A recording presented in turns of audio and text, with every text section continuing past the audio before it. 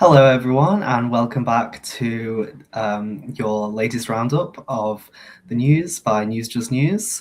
Welcome back, Anna, Hi everyone, nice to be back. and welcome back, Lucia, in the new year, your first episode in 2026. Hello, Happy New Year, everyone.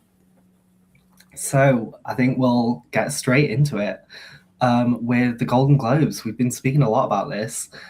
You know, who are the big winners? Who are maybe the big losers of tonight, Lucia? Yeah, so on Sunday night, we kicked off officially the award season. So the Golden Globes took place in Beverly Hills, as you know, every January. And we had two big winners. The first one was One Bottle After Another by Paul Thomas Anderson. And this does not come as a surprise to anyone. The film has been very successful. It's been really, well received among critics and also at the cinemas.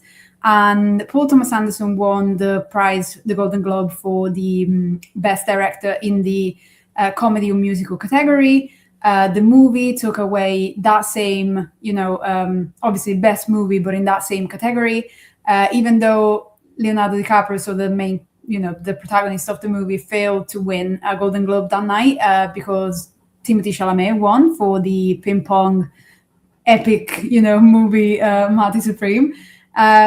So one battle after another was a big winner, and then the other one in the drama category was Hamnet. This has been it has received kind of like mixed reviews, especially among critics. Some people are saying that is kind of like a fan fiction of William Shakespeare's life, but it comes from a very successful book of the same title, Hamnet, by Maggie O'Farrell. And Hamnet won the Golden Globe for the best drama, so best film in the drama category. Jessie Buckley, so the female protagonist, won for best actress in that same category. And Paul Mescal was also nominated for Best Supporting Actor in the drama category, but lost it to Stellan Skarsgård, who won for Sentimental Value, the Norwegian film. And yeah, so we didn't have like many big surprises in the main categories, but we did have one huge surprise in the non-English language film category, where The Secret Agent won. So this is a Brazilian movie. It was already, really, people talked about it a lot since last year because it won quite a few things in Cannes at the Cannes Film Festival. But it came as a surprise because the main actor of the movie, so Netflix, who became famous thanks to Narcos from Netflix, Wagner Moura, he won the prize for the best actor in the drama category, and he's the first Brazilian to ever win that accolade. So that was a big surprise, and we're hoping that maybe he's getting that kind of success as well at the Oscars, but it's quite difficult. But we know as well that obviously it's been quite a long night, and there's been quite a big controversy. Anna, you wrote an article about that you can find on the website, so would you like to talk about that? Yeah. So I think it was a successful night, definitely. But one thing is that a lot of new categories were introduced, which definitely affects the running time and who can't be seen. So there was a new category introduced for Best Podcast. And due to that, there's actually an issue with the Best Original Score. Wasn't live streamed, wasn't put anywhere. And it was a beautiful win. It was won by, and I hope I pronounced this right, his name is Ludwig Göransson. He's a producer. He worked with Childish Gambino, but he's done so much work for Sinners, Oppenheimer, Black Panther, Creed 1, Creed 2, and they won Best Original Score for Sinners, which again is a really important movie. Speaks about so much, and he kind of references that in his speech. But due to these time constraints, it wasn't streamed live, and that has caused a lot of problems. There were ads played over it instead, and it's kind of just highlighting, I guess, the names that aren't already scene, we usually get the big names, the Hollywood actors, Leonardo DiCaprio, all of this, but we don't see who's behind the scenes. It's really important to see that. We even had Hans Zimmer commenting on it, and he did say it's a little bit ignorant, which I do agree with. He said, "Don't ignore them. You don't have a movie without them," and it's so true. And especially considering the score in Sin is so impressive. And I do think it was very disrespectful to not stream that live and not get that accomplishment shown. Yeah, definitely. I think we were speaking last week about how iconic soundtracks are for films. That is sometimes the most iconic part of a film, and so to just completely get rid of that is, Yeah. it's not as if it was like a last minute change as well, right? Like, if you already know what the lineup's going to be, like there should be things in place. Everyone should get their shine, because that's the whole point of an award show. So I do think they really should next time. And next time we should be going for best podcast, obviously. Everyone nominate us. Come on, guys, Oscars next year. Let's go. Golden Globes. Let's do it all. I think we should. Let's take the red carpet, guys. But yeah, and so there's also some other new things. So we've been talking about films and podcasts and soundtracks, but there's also a new show coming out as well, isn't there, Lucia, on Netflix? Yeah, so we don't know yet when it's gonna come out, but the news is very recent. So it was breaking news yesterday. Basically, the Netflix has greenlit the new show written by the creator of Squid Game. Squid Game, hugely successful show, ended in July, and it was basically, it still is considered to be the most watched show on Netflix. So it's, it be even Netflix originals such as Stranger Things or Wednesday. It was like a huge success and everyone watched it.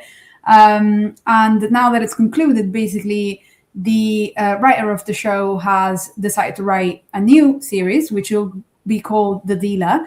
It's a crime drama, so it doesn't, steer away too far from Squid Game. It's kind of like, into that same genre, even though it's gonna be completely, different in the setting. It's gonna be set in a casino, and the plot that has been released basically says that the main character is, a girl who's about to get married, and she has kind of like a shady past in the gambling world, and she decided to, get away completely from it before getting married, but situation and things kind of like lure her back into that world. And there's also some supernatural things happening behind the scenes. So a cast has been announced. It's probably going to be, very interesting. It's going to be called The Dealer, if I haven't said it already. But we'll see how it's going to be. We're just hoping that obviously it's going to be a little bit less taxing on, the creator's health, because I remember when season 3 of Squid Game came out, and there's also an article on the website about it. He said that, writing and, taking care of the show had been so taxing on his mental and physical health that he lost 9 teeth while writing the show. So hopefully this time it'll be a little bit less, difficult for him, hopefully. Yeah, it makes you wonder why, obviously, but why he'd sort of put himself through that again. Yeah. Money, I'm assuming. Yeah, I think it's interesting as well that, this is sort of the second film that he's writing about, like, games. Obviously there was the Squid Games, but now there's the sort of, like, gambling games as well. That must be into that. But yeah, speaking of games, actually, I've found, got a piece of news about The Sims. Obviously, I love The Sims. It's such a beloved series. But EA have released a statement about the latest project that they're working on, and they have confirmed it is not The Sims 5. But based on the leaks, though, I'm very glad that it is not The Sims 5, because it's sort of like, it's a mobile experience and it's multiplayer, so it's just completely different from The Sims, the core game. So in a way, I'm glad it's not The Sims 5, but it's interesting the path that EA are taking, especially after they've been bought out for $55 billion by Saudi Arabia and Donald Trump's son-in-law. So I think people are still quite a bit scared about that as well, because they think it's gonna, there's gonna be a lot more conservative censorship. But in a way, less games might actually be good, because as you've seen, Lucia, as well, that kids are just spending too much time on their screens, right? Yeah, they are.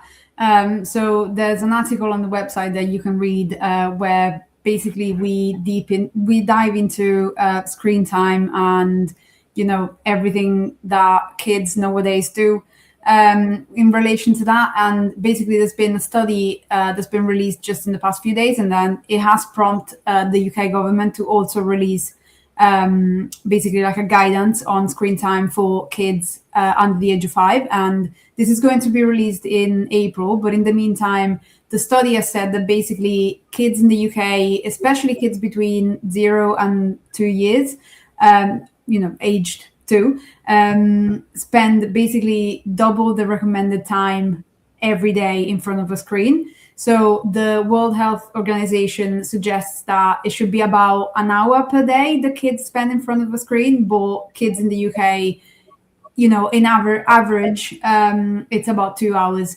And this has been, it's a study that has been based on the experience of over 4,000 kids in the UK. And their caregivers and families have been asked about their daily habits and the mental health state as well, in order to try and find a guideline and see like if they spend more or less time in front of a screen, what consequences that could have on their daily life, on their habits. And it turns out, and this obviously doesn't come as a surprise again, turns out that if kids spend more time in front of a screen, they tend to have a vocabulary that it's kind of like reduced compared to kids that spend more time painting or drawing or having their parents read stories to them. So it is a thing that will have consequences on a long-term situation. And even though the study was not put together to kind of like give a warning to parents, because the creator of the study has said that they recognize that screens are really useful nowadays, and they're not just a distraction, but they can be used to settle kids when they're a little bit agitated or tired, or also for learning content, nursery rhymes and things like that. So it's not all bad, obviously, but 2 hours is quite a lot. And it does say that even though we can't avoid having kids in front of screens nowadays, at least we can know how to use those screens better, basically. Yeah, definitely. I mean, this is something that, it touches everyone, really. It touches especially all of us in our jobs as well. I mean, Anna, I don't know if you have any resolutions for 2026 about screen time. If you've, are you still on TikTok? Are you trying to cut down or anything this year? I definitely think our job is to be online. We have to stay connected so that we can write articles and make podcasts like these. So it's definitely difficult to find a balance when we're in a career like this. But when it comes to things such as slop on the internet or all of these things, that is what I would love to see less of. And even connecting back to children, I think we should, we can't really have a ban, right? So that's why I like that the UK has introduced a guideline. And I think it's all about putting together resources and also regulations. I remember when I was in high school or prep school, I don't even know, they introduced iPads. And this was so exciting because in my head, iPad was something I could go and play Minecraft on during class. But what I would love to see for the next generation of kids coming up is viewing technology as an educational resource rather than something that they can just play games on and watch slop. So that's what I'm hoping, and that's what I'm going to try bring forth with my kids. And with myself, maybe I'm a bit hypocritical because I'm so terrible at screen time. So it's a fine line, guys. It's difficult to find a balance. Yeah, it's so hard to find because we spend however long on our screens doing our jobs, and then I don't know about you guys, but as soon as I'm off, I'm like different screen, relaxing with a screen instead. So it's it really is difficult. Like Lucia, how do you disconnect? So it's a bit difficult because I always read online, goals for 2026, and I'm gonna do every week. I'm gonna do a day in which I do a complete, digital detox, and I'm just not gonna touch my phone. And that for me would be impossible. For starters, obviously, as an expat, I'm, all of my family, my friends are in Italy, vast majority of them at least. So not being online, for a whole day would mean that I don't have any contacts with them at all. And that already, changes the thing a little bit. Like Anna was saying, I think the main thing is trying to be intentional about the kind of content that you consume. So try and limit at least a little bit, the reels or everything that can, like sucks you in and make you lose hours of your life and of your day.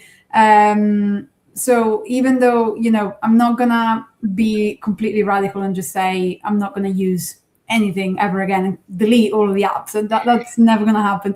But at least, try to, when I feel like reaching for my phone and open Instagram, maybe do something else, like get a book or, get up and go out to have a walk and just like touch grass a little bit, or just do like something completely different. Yeah. Yeah, I think you do have to just take it one step at a time. There is on the website newsjustnews.com. I do have top 10 tips as well for deconnecting. I think number one for me is turning off notifications, because then that stops you just seeing them and then clicking on it, and then for some reason you're just scrolling and scrolling. It's like, why did I even come on this app? But yeah, so check that out if you do want those top 10 tips, and check out every article. We've got so many topics, so many articles by so many people, and they know what they're talking about. It's not AI slop, guys. So yeah, thank you for watching, and yeah, we will see you next week. Bye, guys. Bye-bye. Thank you. See you next week.